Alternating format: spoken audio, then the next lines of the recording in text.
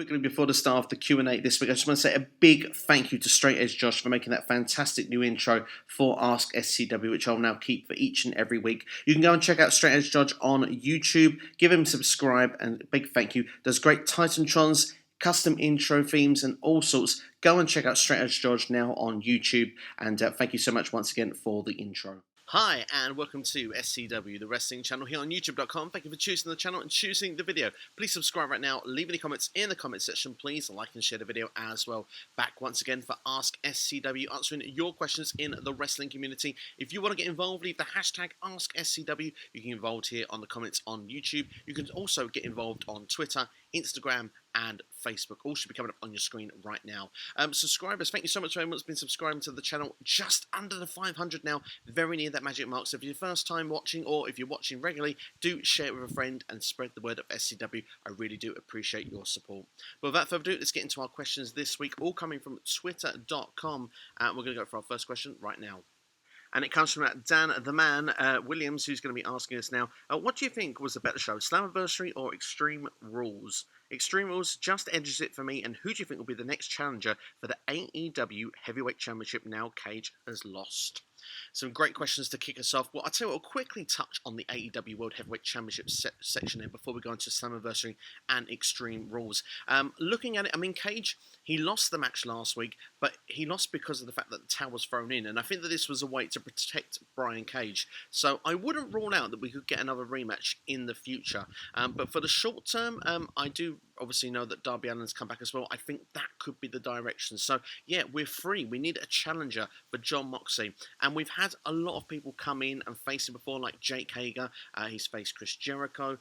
We've had a lot of those sort of competitors, Brody Lee. A lot of former WWE guys as well, I should add there. I want to see some homegrown AEW. I don't want to see a WWE release come in and take that spot all out. I want it to go to someone that's been great on Dynamite over the last calendar year or so, that's been picking up many victories. And that person for me is MJF. I believe it is time. The guy hasn't lost a singles match in the entire time. I think he's lost a couple of tag team matches, but he's beaten Cody. He's beaten everyone that has been put in front of him. I think now the time is right for MJF to have that moment in the main event for the World Heavyweight Championship of AEW. He's got Wardlow in his corner. They've been teasing the breakup. I hope it doesn't happen anytime soon, but that can almost play into storyline as well if Moxley was to retain and MJF was to finally lose a singles match. Of course, he's going to put the blame elsewhere. I think Wardlow as well in future. He's got a World Heavyweight Champion written all over him as well. He's got the look, and I think he needs a bit of time, obviously, to get developed and get together, but I think Wardlow could be a big deal in time in AEW, and of course, the more time he has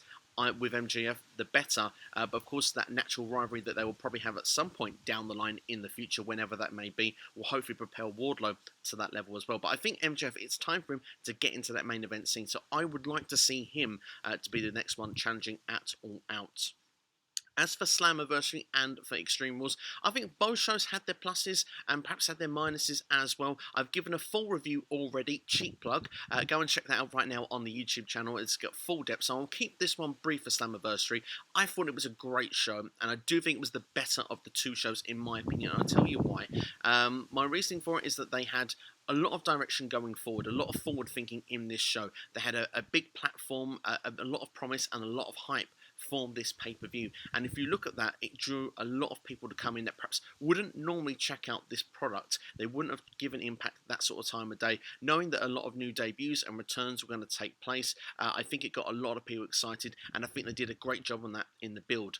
When you come to the match quality, I would say that some of the match quality wasn't as strong as what we saw with the WWE show, but sometimes you don't have to have the strongest matches to have a better show, because the direction and the creative side of things is what I personally grabs me and is what made me feel more invested that this show was better. You look at all the surprises we were getting from the opener. We got a return of one of the legendary Impact Wrestling, or TNA, tag teams, if you want, the Motor City Machine Guns. You got the likes of Heath Slater, returns of EC3, Eric Young was in there as well. We had quite a lot on the night, and we knew Gallows and Anderson were going to be turning up as well. So a lot of new faces. They built some nice storylines. Heath Slater, he's not technically signed, he's still a free agent according to storyline. I love that twist. I love the way that was played, and I do believe that gives me an investment to want to see what's going to happen with Heath Slater going forward this Tuesday. You've got the tag team match with the North versus the Motor City Machine Guns, built up perhaps a bit quickly, but I tell you what, it's a match I really want to see, and that would make me instantly want to see what's going to happen next. When I look at Extreme Rules, there were some good matches, some good match quality, but I didn't feel the need of wanting to know what happened next. And I think that was the big area of the show. And I'll give a sort of mini review for you now, because a lot of it starts quite positively. You look at the kickoff, Kevin Owens and Murphy. Murphy is massively underrated. I cannot believe how this guy is not seen as a bigger deal. He's still the best kept secret, in my opinion. He lost to KO in what, for me, was a fantastic kickoff match. Even if brief, I think these two had a great chemistry. And for once, I'd like to see a rematch, but WWE, not every week. I just want to see another one on the road to SummerSlam. Perhaps if there's another program between KO and Seth Rollins as rumoured. I like the tables match to kick off the pay-per-view. Cesaro, Nakamura, I think they did a great job there, winning the tag team titles against the New Day. It's been a while since we've had a tables match, and it felt quite nostalgic. It felt like a nice throwback, and it made me want to see more of them. Again, WWE, not every single week, but I want to see them perhaps play more of a role in TV. And in the meantime, it is kind of a nice gimmick match you can throw even when there's no fans in the arena. And those nice little near spots, they're always exciting. So I was really pleased with that. And actually was pleased with the result as well. Cesaro, I'm a big fan. I like Nakamura as well. And I want to see what they can do with the tag team belts going forward. I was really happy with this and like to see the direction. Bayley and Nikki Cross, I thought these ladies had a great match as well. So you can see a lot of positive stuff coming from me from the beginning of this pay-per-view. They over-exceeded my expectations, I must admit. I think it was Nikki Cross's best match in WWE on SmackDown and Raw combined in the last year and a half. Probably her best match since her rivalry with Asuka in NXT way back when she was down there. So for me, personally, I was very pleased with the match. I thought it was a cheap finish. Bayley always finds a way to win. So yeah, I thought that she did a great job there as well. We moved on, and this is where the pay-per-view goes a bit flat for me. Apollo Crews, we must have known in the kickoff he wasn't going to be there. Yes, we had a promo, but no one defended Apollo Crews here. MVP just crowns himself the champion. Is he the actual champion? Is he not? It seems a bit weird. There was no real clear indication of forfeit, no referee raise of hand. I think Apollo Crews probably still is the champion. So it does build their story going forward, but for me, I'd like to have seen the match replaced. Maybe, even though we've seen it before, maybe Ricochet, Cedric Alexander, they've been helping out Apollo Crews recently. Maybe we could have had a brief tag team match between these guys. But the show was short, the pay-per-view was short, and I like the pay-per-view length, so I guess they didn't want to add much more to the show. Eye for an eye. Crazy stipulation, stupid stipulation, could never live up to the hype. The match itself, I really liked it. And do you know what? The best part about this is you could have thought, what if they just had a match where they were just, these eye things were being used as an idea of revenge rather than actually saying that these guys, have to take someone's eye out. It was never going to be succeeded and was never going to live up to any expectations. And as I said going in, I had trouble suspending disbelief. I just thought the whole thing was a bit bizarre and a bit weird at the finish. But the match quality for the first 95% was very good, so I can't argue that point of the match. Is it a way to write off Rey Mysterio? Time will tell, but we'll come on more to Rey Mysterio later in this video. We had Asuka versus Sasha Banks. Again, a great match. They did very well in ring against each other. The problem for me here was the booking. The finish, very WCW 2000. I understand that we've had previous occasions people have put on the referee's shirt, give the 1, 2, 3, and I would have been fine with it if the timekeeper just rung the bell or whatever, but this was clear that this was just a strange non-finish, and sometimes you need those non-finishes to delay things. I think for me, I was so set in my ways thinking we have Bayley and Sasha for the SmackDown Women's Championship at SummerSlam. It feels to me now that can't be the direction going forward, but we'll have to wait and see what will happen going on. But at the moment, they held all the belts, and we'll have to wait and see storyline-wise where it's going to go. But I was slightly disappointed in that. We then come to, I believe, was Drew McIntyre and Dolph Ziggler. Perfectly fine. Really enjoyed this match. Thought the stipulation suited Dolph. I'm glad there was a supposed leak that came out meant to be a TLC. Made no sense at all. This made sense. Dolph Ziggler gave himself the advantage with Extreme Rules. You always need an Extreme Rules match and Extreme Rules, but the rules only applied for him and him alone. And Drew McIntyre had this great psychological match with himself going through the encounter, and I liked that way. For me, this was one of the real highlights of the night. But what came to a big damper was the Wyatt Swamp fight, the cinematic match. For the first time, I really felt WWE needs to stop doing these, just purely because if you don't have a plan and you don't have full direction and you don't know for sure if something's going to come out great or not, don't do it.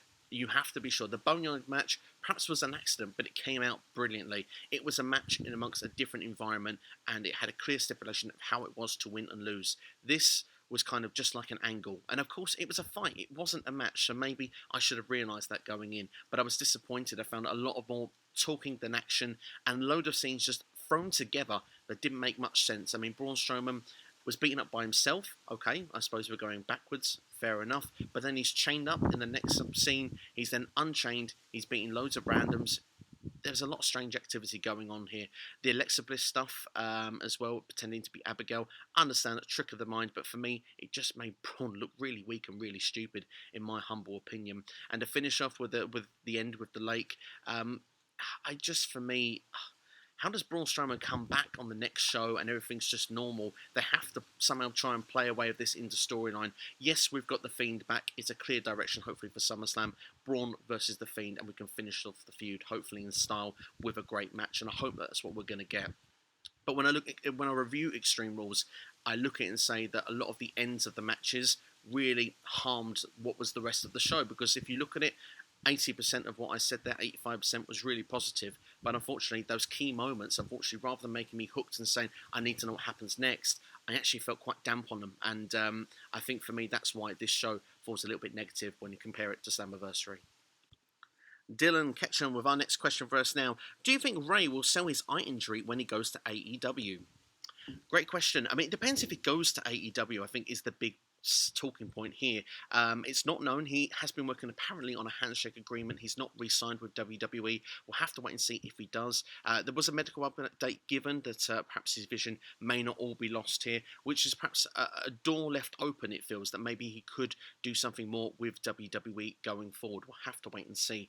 But if he does go to AEW, I mean, it would be very stupid. I think the more likely thing for him to do if he went to AEW would be to not sell it, completely no sell it, and just prove and show how bad of a stipulation that was. Those two, Rey and Seth Rollins, made the best of a bad situation. But if you're being brutally honest, the end of this stipulation for me, like I said, it just didn't connect. It never worked. I couldn't suspend that disbelief. And I think the sooner that this is forgotten about, the better. So if he does go to AEW, I would hope that they would just, no way feature it anymore. And when he does come back to WWE, eventually, whenever that may be, if he's going to, then hopefully they can move on from it as well. Because for me, this storyline, it's just not connected. It's just a shame as well, because these two had great chemistry in the build-up in that match. It's just a shame we couldn't have had just a normal match. In fact, a way that could have been great to have done this would have been for Dominic to come out and actually plead for his father, to actually say, please, don't take out his eye.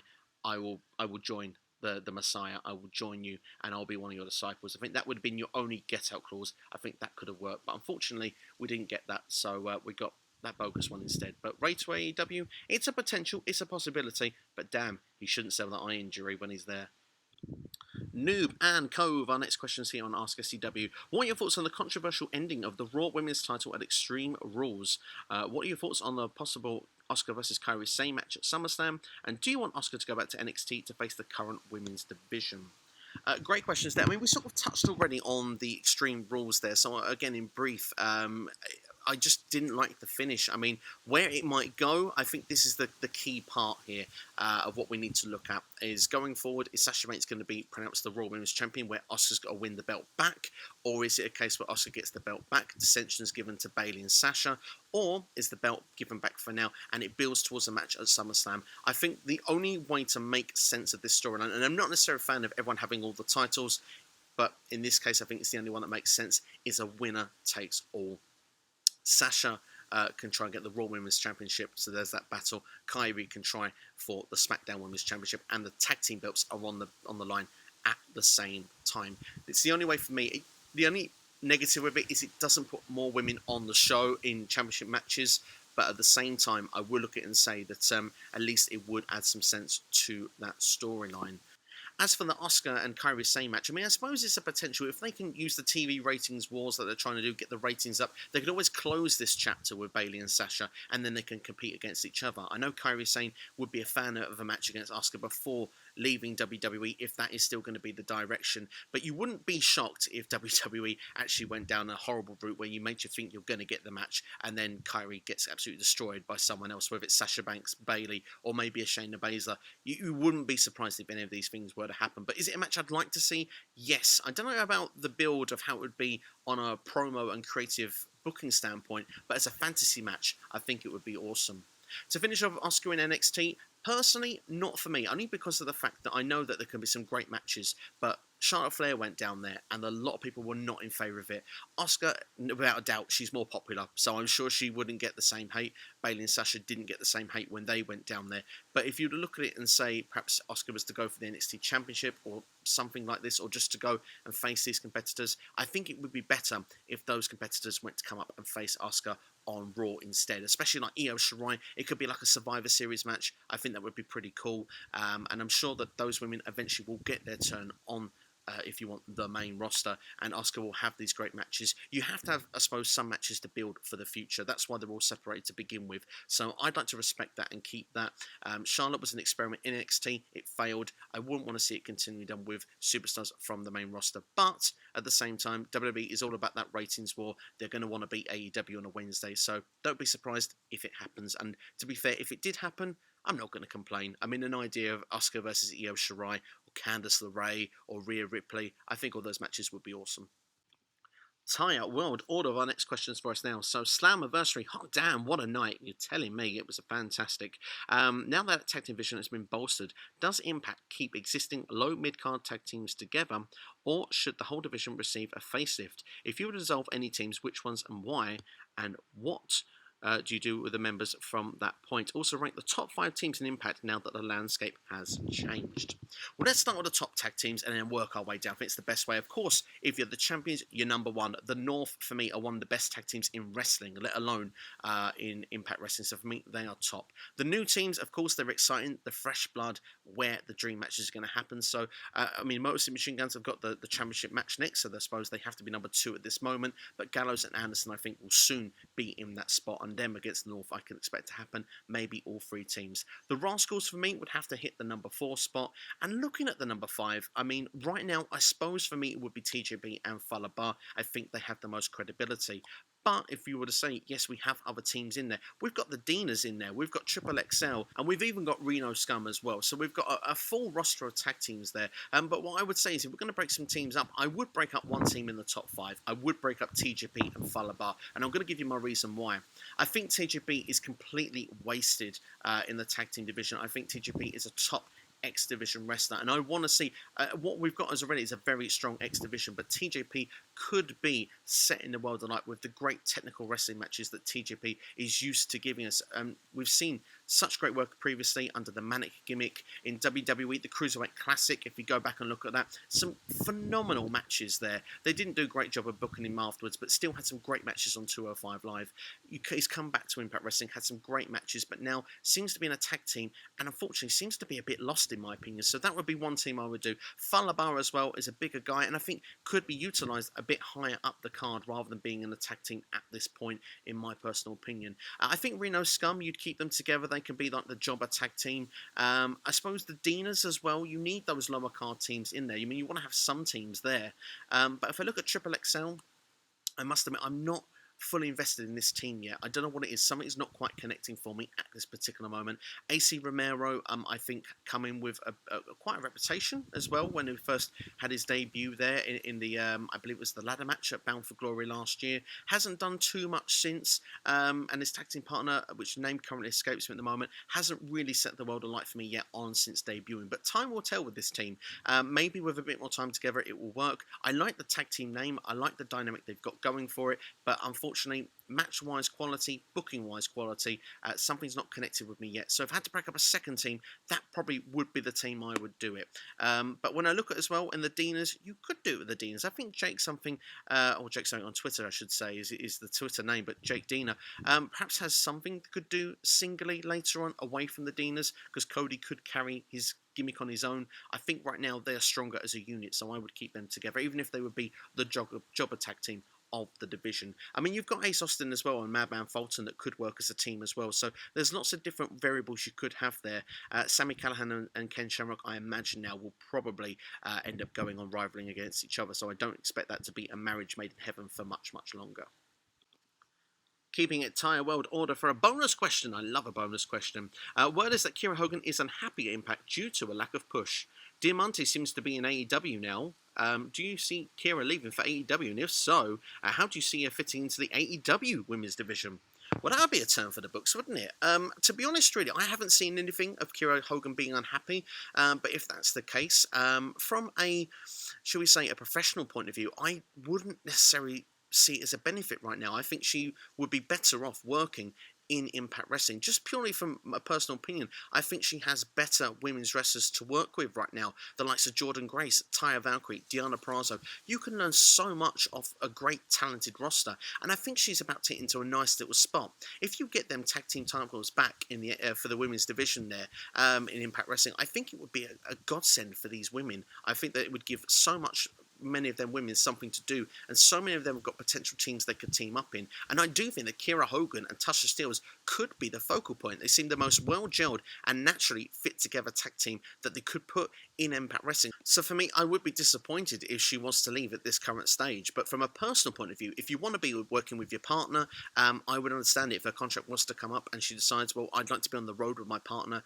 And dear Marty, like you say, she's certainly been on AEW Dark. She's going to be appearing this week against Eva Lise. She would potentially be staying around if she can get herself a contract, and I would understand her wanting to make the move. Would Kiera Hogan work in AEW? Yeah, I'm sure she would. I mean, that division is weaker, and she probably would stand out a bit more, perhaps in this division, but at the same time, I do think for Kiera Hogan, and perhaps maybe AEW has got a bigger rating at this particular time, but I do think that she would be better off for her career from a professional standpoint if she was to stick around. But if she was to be in AEW, would she be a champion? Maybe in time, but again, it's that thing. I'm not sure Kiera Hogan's ready at this point. I think she's better utilised in a tag team or in some sort of stable. They had her with Madison Rayne to learn off of her, which I thought was great for her career at that time. Now she's with Tasha Steelz, who, they're both working and going up the ladder together and working with these other great women. I think that she can achieve so much more right now in Impact Wrestling. So I do hope for her. I hope that she stays. But of course, from a personal point, if that was a decision, of course we'd have to respect it, and we would wish her all the best in AEW. The Freshly Squeezed Messiah. Love that name. What do you think of EC3's return to Impact? Absolutely loved it. I thought it was a great way to close off the show. Just when we thought we had that five-way main event, we've got the new World's Champion. We had a return. When you look at Eric Young making his return into the championship picture, Rich Swann is back in the ring. You thought yourself, well, we had everything answered, everything sorted. We're about to go off the air, and then the one name, perhaps deep down, I'm sure most Impact fans wanted, including yours truly, arrived on the screen, and didn't just arrive in ring, had something backstage, and was a moment where you thought to yourself, I need to see what happens next. As we went back earlier in the video, something to watch and something to need to tune in to Impact on Access TV. Right now, Impact feels like a must-see product, and EC3 is a big part of that because he is a main event player for Impact Wrestling. I'm sure with what's happened with the last few years in WWE, there must be frustration to the max, and this guy probably cannot wait to get back out there, show what he can do in the ring, show what he can do in the mic, and I mean, if we've got that theme music with Trouble, Trouble, Trouble playing as well, it's going to set all the fans off as well. So I think it's a match made. I think it's the right move for EC3 to come back home to Impact Wrestling, and yeah, I can't wait to see what he's going to do and what he's going to bring to the table now that he's back. Next question from Get Your Wrestling Comedy Podcast. Does the Slammiversary hype and delivery give Impact hope that they can compete with WWE and AEW? Or do they need a larger network than Nexus for that to happen? And also, what is the best and worst looking title belts in wrestling? Well, for Impact Wrestling at this particular moment, I do feel for them that they're probably a way off, even in AEW at this point. Of course, no one's anywhere near WWE. To get there, you need to be on the major networks. And Access TV, they were great for New Japan, and they were actually a great place for Impact Wrestling. But, I mean, to get themselves further up the ladder, they are missing a little bit. And unfortunately, their production value is more indie than it is, mainstream at this point. They're even a way off of where they were as a company 10 years ago when it comes to that point. They give great material with what they deliver. As someone that's a big Lucha Underground fan, it can be in a small little dark environment. It doesn't have to be in front of 70,000 people to give a great product. But if you want to catch the masses and everything, you need to give it on a big station. So yeah, Access, although it's good, they would need to be on a bigger station for that to happen. Maybe like a Spike TV, something like that would be great for them from the United States point of view. But they've got their markets over here in Europe, whether it's in the UK, whether it's in Germany. I know they've got big fan bases in both countries. It's a shame that with everything going on in the world right now, but eventually, hopefully, they can maybe do a tour over back here again. I remember they used to come to the UK and they used to send out big arenas, and it used to look massive when they would be doing a UK Impact for 4 or 5 weeks of recording tapings. It used to be awesome to watch. So you hope maybe sometime in the future those days will come back. Certainly, they've created a buzz. They delivered on the show, like you say, and we'll have to wait and see what they're going to bring to the table going forward. It's definitely good times for Impact Wrestling right now. It's a good time to be a fan of their product. It'll be interesting to see if they can continue the buy rates into the next pay-per-views and hopefully continue with the TV product and getting better ratings as well. And maybe they go further and further up the ladder. But it's some baby steps right now for the future, and hopefully they can take those baby steps and take them into giant leaps going forward. As for championship belts, I must admit, a lot of the WWE championships for me probably come off as some of the worse current belts.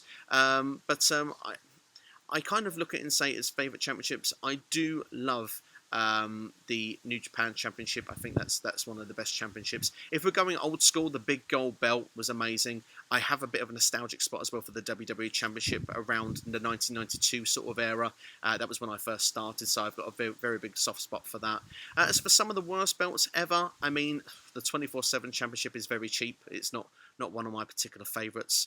If you look elsewhere, I mean, the TNT Championship is not really my favourite. I know it's built off nostalgia, but it's not something that is really of my personal taste, if I'm being brutally honest. I'm trying to think of any other championships that probably aren't a favourite of mine. But, I mean, the United States Championship, the brand new one, for me, I do think it's a bit of a downgrade on what there was before, if I'm being brutally honest. Is it the ugliest? Definitely not. I remember seeing some very ugly belts being presented on a recent Wrestle Talk video that they published, but unfortunately, some of them are from some promotions that just escape the top of the head right now. But yeah, from some of the mainstreams and those championships, those are probably some of my favourites and least favourites. Mike, Italian Habs Mike, now got 2 questions for us. When Steve Austin and Triple H held all the titles in 2001, it worked and they got heat from fans. But why in 2020, Sasha Banks and Bayley having all the titles isn't working the way it should, like it did in 2001? Has wrestling fans' mindset changed? Well, I must be a little bit different from 2001 because I must admit I wasn't really a fan of it then either. And it was done in the mid-90s as well. They've done it 2 times where they've done the idea of the WWE Championship, the Intercontinental Championship on one side and the Tag Team Championships on the other. I believe it was Diesel and Shawn Michaels that did it the first time. I think it was against Camp Cornette's Owen Hart and Yokozuna, but I can be wrong on that. But I wasn't a fan when they did that, and everyone has all the championships. Bayley and Sasha have kind of done that right now, and you could argue it's not working because of the fact that things are different now to compare to then. I mean, if you compare to Steve Austin and Triple H, you're talking 2 of the greatest of all time. If you're talking top 10, I mean, Steve Austin probably the biggest draw ever. Triple H was one of the main competitors in that era. The ratings are massively down now compared to what they were then.